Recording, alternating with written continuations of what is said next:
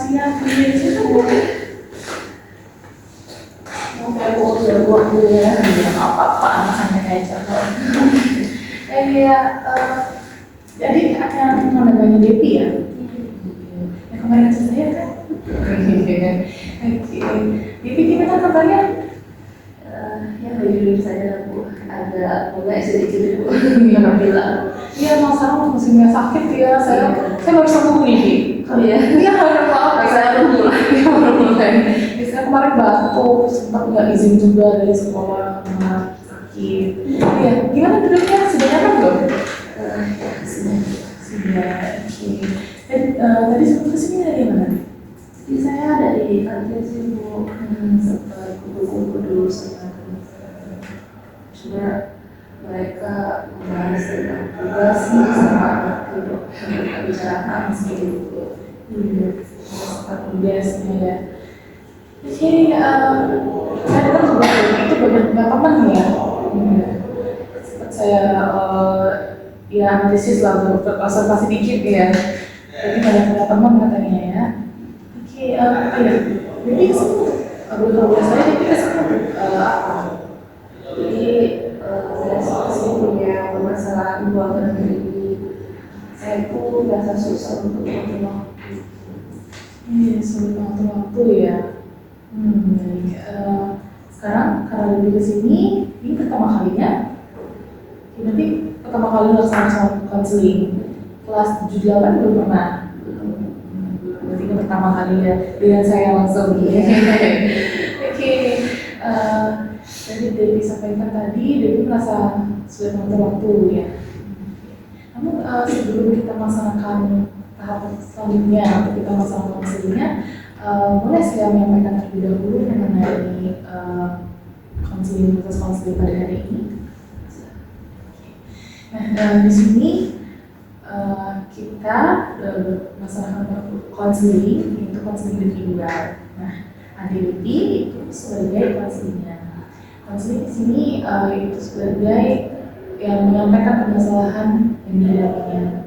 Ya, untuk konselor itu saya sendiri sebagai fasilitator dalam proses konseling ini. Nah, di saat itu dalam proses konseling individual ini juga ada asas yang digunakan di. Nah, di DP itu nggak asas yang digunakan itu seperti apa? Asas apa aja? Oke. Karena pertama kali juga ya konselingnya. Oke. Di sini saya sebagai konselor yang memfasilitator tadi dalam pelaksanaan proses konseling pada hari ini. Nah, untuk di DP itu sebagai konselingnya, bagaimana konseling itu menyampaikan permasalahan yang dihadapi. Oke, sudah paham? Sudah. Saya lanjut lagi. Untuk proses konseling individual ini juga ada asas-asas yang akan kita gunakan. Nah, kalau saya di sini biasanya menggunakan 3 asas. Asas pertama itu ada asas kerahasiaan, di mana asas ini jika di DP menceritakan permasalahannya itu dianjurkan untuk tidak merasa takut atau merasa sungkan karena kita berdua ya saja yang tahu. Itu Tuhan juga kita tahu ya, tapi secara fisik kan kita berdua saja yang tahu. Jadi rekan-rekan saya pun yang lain dan teman-temanmu itu pasti tidak akan tahu tentang permasalahan yang kamu hadapi. Nah, selanjutnya itu ada asas keterbukaan. Asas keterbukaan ini berhubungan juga sama kerahasiaan ya. Kalau kamu sudah percaya gitu dengan saya, kamu pasti akan lebih terbuka dalam menyampaikan permasalahan yang kamu hadapi. Jadi selain itu juga kamu tenang saja dalam konseling ini, sampaikan permasalahannya jangan grogi dan gugup. Oke. Dan yang terakhir itu ada asas kesukarelaan. Nah, kesukarelaan ini biasanya anak-anak itu merasa belum sukarela dalam melaksanakan konseling. Biasanya dianjurin sama teman-teman atau dianjurin sama guru gitu. Kalau di DP biasanya gimana nih cara melaksanakan konselingnya? Sukarela atau diminta atau diajak gitu sama guru atau teman-temannya? Saya dari sini tapi kemauan diri sendiri ya untuk melakukan konselingnya. Itu 3 asas yang akan kita gunakan pada proses konseling hari ini. Di DP yang menggunakan Untuk durasi waktu, oke. Saya juga menyampaikan ini, saya juga tadi ya. Oke, untuk durasi kita laksanakan konseling itu dari waktu 15 sampai 20 menit. Nah, sekarang jadi gimana? Berapa menit kita bisa melaksanakan konseling? 20 menit ya, teman saya. Jadi 20 menit ya kita melaksanakan konseling pada hari ini, karena di tapi juga mau ada kelas ya tadi ya. Oke. Kita melaksanakan konseling pada hari ini selama 20 menit dan kita sudah sepakati. Jadi sebelum itu, sebelum kita lanjut, gimana perasaan di BP sekarang setelah saya sampaikan di sini? Saya jadi lebih paham mereka dalam konseling itu juga ada jadi saya merasa yakin untuk berbicara saat ini, bicara kayak saya rasakan, saya percaya pada itu. Terima kasih ya, saya percaya juga. Sebelum itu gimana duduknya, sudah pas? Sudah, ruangannya sudah aman, sejuk nggak? Sejuk banget, sudah terlihat. Iya, panas banget, luar sana kan udah panas ya. Berarti sudah sejuk ya? Iya, bisa di sampaikan dengan permasalahan yang dihadapi. Jadi sudah susah mengatur waktu karena saya merasa sudah kecanduan handphone itu. Jadi saya susah sekali saya membagi waktu antara belajar, bermain HP, dan juga mungkin waktu dengan lain juga. Jadi hal itu mungkin bisa saya katakan gara-gara saya itu suka scroll tanpa melihat waktu. Jadi kalau saya sudah kasihkan ibu saya balik pun saya kayak males untuk keluar seperti itu ibu. Apalagi kalau mengerjakan tugas dan saya merasa tugas saya itu susah, jadi saya merasa jenuh dan saya butuh hiburan. Hiburan itu apa yang main HP seperti itu. Awalnya hanya ingin memberikan reward pada diri sendiri, kayak istirahat sebentar, jadi itu bentar lagi lanjut buat tugas, tapi malah berusaha. Jadinya dampak itu apa namanya tugasnya jadi nggak selesai seperti itu. Dari yang diceritakan itu, saya paham ya dengan apa yang kamu sampaikan. Sekarang juga kan sudah teknologi sangat pesat banget berkembang sekarang kan. Jadi semua orang pasti menggunakan handphone dan saya juga selalu menggunakan handphone berkomunikasi, dan kadang saya kalau sering juga nonton video seperti yang kamu lakukan. Saya ingin tahu kalau kamu sering pulang dari sekolah, apa sih yang kamu lakukan setelah kamu pulang dari sekolah? Kan kita pulangnya jam 3 ya. Apa yang kamu lakukan? Jadi pulang sekolah itu justru saya nggak ada kegiatan yang spesifik itu sibuk ya sejalannya aja. Jadi kalau saya capek dari pulang sekolah, saya pilih untuk tidur, terus bangunnya main HP lagi gitu, main HP. Karena kan rasanya susah kalau apa namanya lepas dari HP itu kayak ada kurang gitu rasanya. Jadi saya milih untuk main HP, dan setelahnya kalau misalnya saya sudah bosan main HP, saya lanjut makan, tidur. Kalau tidur makan mandi gitu. Jadi setelahnya kalau saya ada tugas, saya berusaha untuk mengerjakan, tapi entah kenapa saya malah kalau lagi susah menjaga fokus gitu. Saya tuh sering nggak fokus karena akhirnya kita sering main HP itu yang membuat saya nggak fokus. Jadi saya tidak buat tugas dan mengerjakan bukan main HP seperti itu. Akhirnya tugasnya tertunda dan lama-lama terus saya kebut semalam mengerjakan. Tapi sering kebut-kebutan artinya memotivasi saya ya. Kalau dari teman kamu, ada nggak teman kamu yang ngasih tahu kamu kalau gitu? Kamu harus ngerjain tugas nih, atau gimana? Ada nggak dari teman kamu? Pasti ada ya. Kan kalau saya juga belajar dari ibu, dan aku mungkin ada yang notice saya kayak kalau mereka sedang membahas tugas, terus saya udah kelihatan gak excited gitu dan memilih untuk asik sendiri bermain HP. Mereka masih tegur saya, ya udah bahas tugasnya biar dari di rumah tinggal buat juga ada rasa bingung gitu. Tapi karena saya terlihat malas tugasnya, jadi saya ikut mendengar tapi nggak yang menceritakan cuma saya kata-kata ada beda. Kalau saya merasa malas, saya balik lagi ke HP gitu. Berarti nggak terlalu mencerna banget ya kalau tentang tugas itu udah sih asal duduk aja gitu berarti ya. Oke, kalau selain pulang dari sekolah kamu pernah keluar nggak sama teman-teman kamu gitu?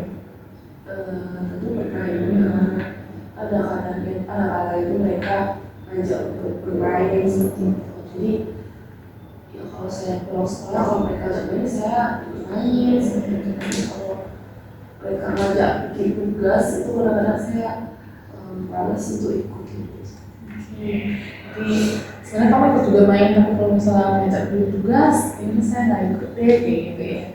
Nah, dari yang Dewi sampaikan itu, ada nggak perasaan kalau Dewi kalau ngobrol tugas gimana ya? Ada nggak perasaan itu?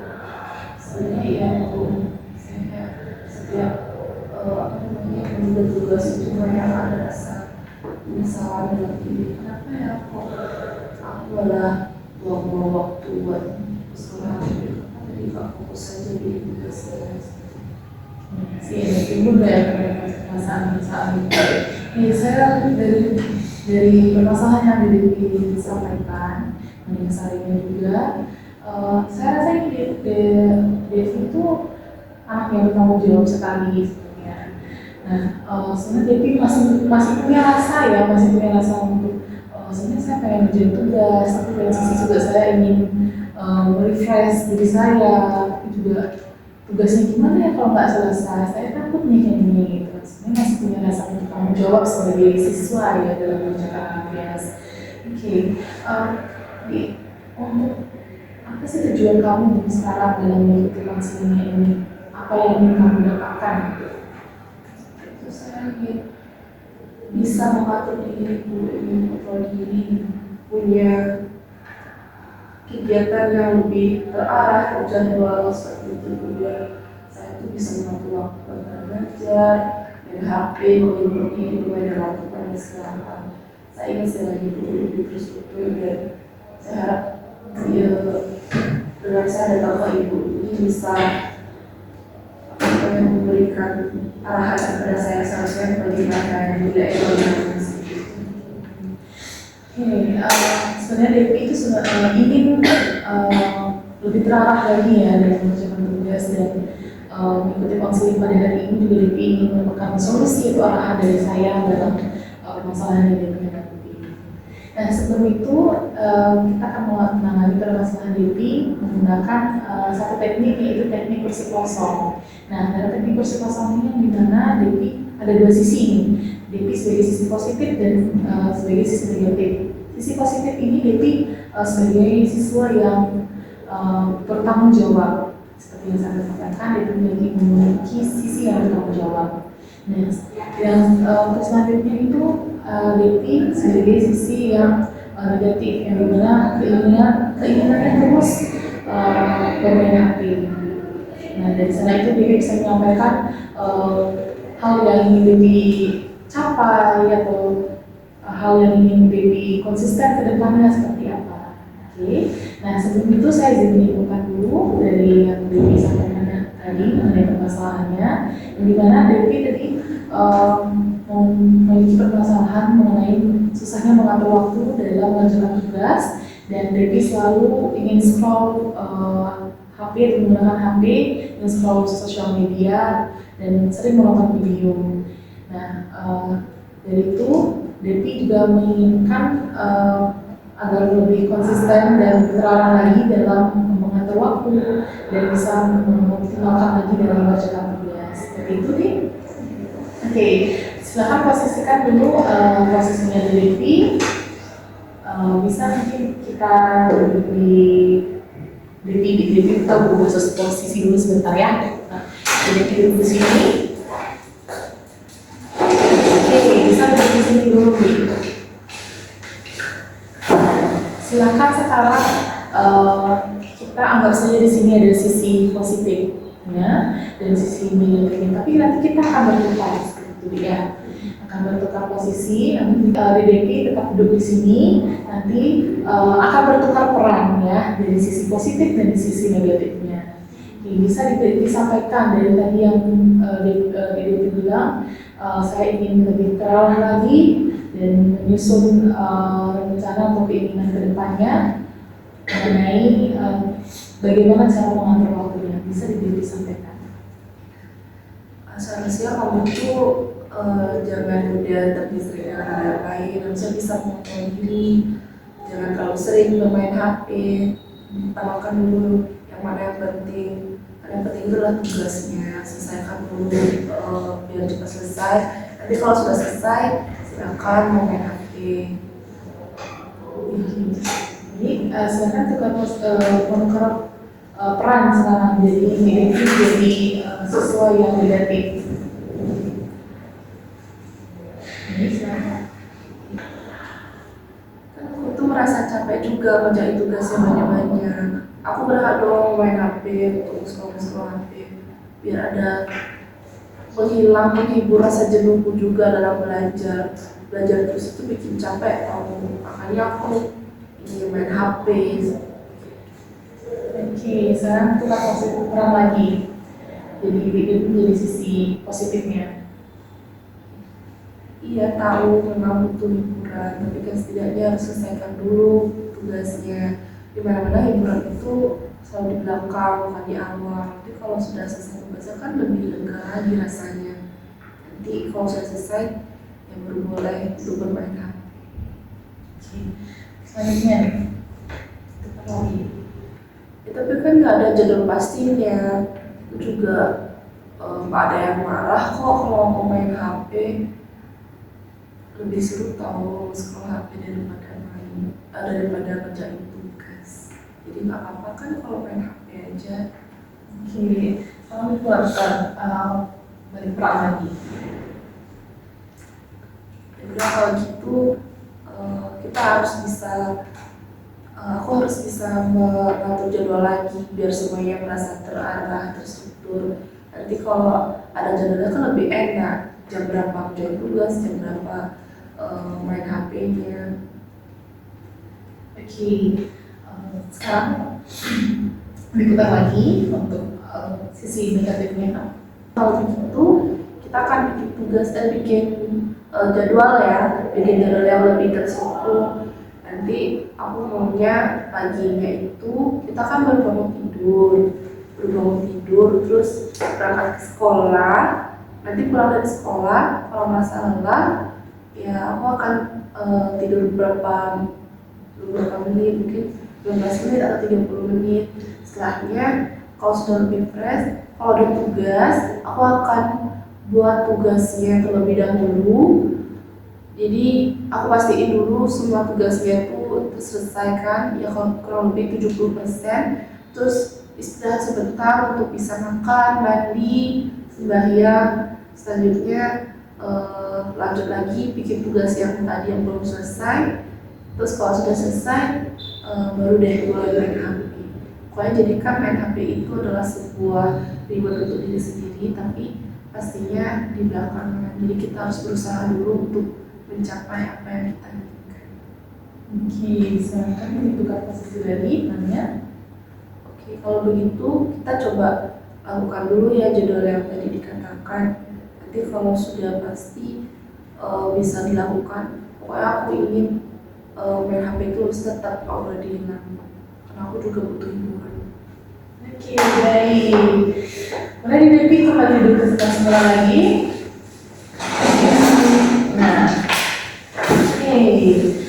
Gimana perasaannya? Sudah menyampaikan unek-uneknya gitu dengan sisi negatifnya. Ternyata yang saya katakan itu bisa melegakan hati saya. Iya.